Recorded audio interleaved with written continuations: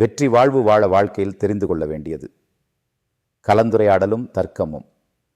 கலந்துரையாடல் எப்போதுமே சிறந்தது.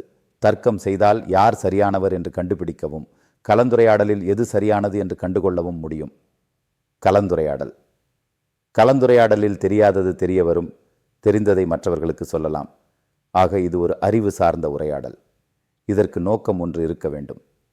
அலசி உரசி எது சரி என்று கண்டுபிடிக்க பெரிதும் உதவும். ஒருவருக்கு தெரிந்தது மற்றவருக்கு தெரிய நியாயமில்லை. கலந்துரையாடலில் அறிவை பகிர்ந்து கொள்ளுதல் நடந்தேறும். தர்க்கம் 1. நன்மையான தர்க்கம்.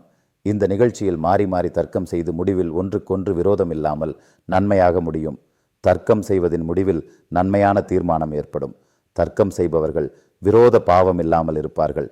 இது வாழ்க்கைக்கு பயனுள்ளதாக இருக்கும். 2. தீமையான தர்க்கம். இந்த நிகழ்ச்சி ஒரு முடிவற்றது.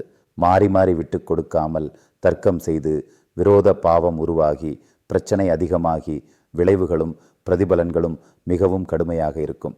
நான் பெரியவன் நீ பெரியவன் என்று விட்டு கொடுக்காமல் பயனற்ற ஒரு காரியத்துக்காக தர்க்கம் செய்வது, இது பொதுவாக முடிவற்றதாக இருக்கும். இது தீமையான தர்க்கம். இது எந்த விதத்திலும் வாழ்க்கைக்கு பயனுள்ளதாக அமையாது.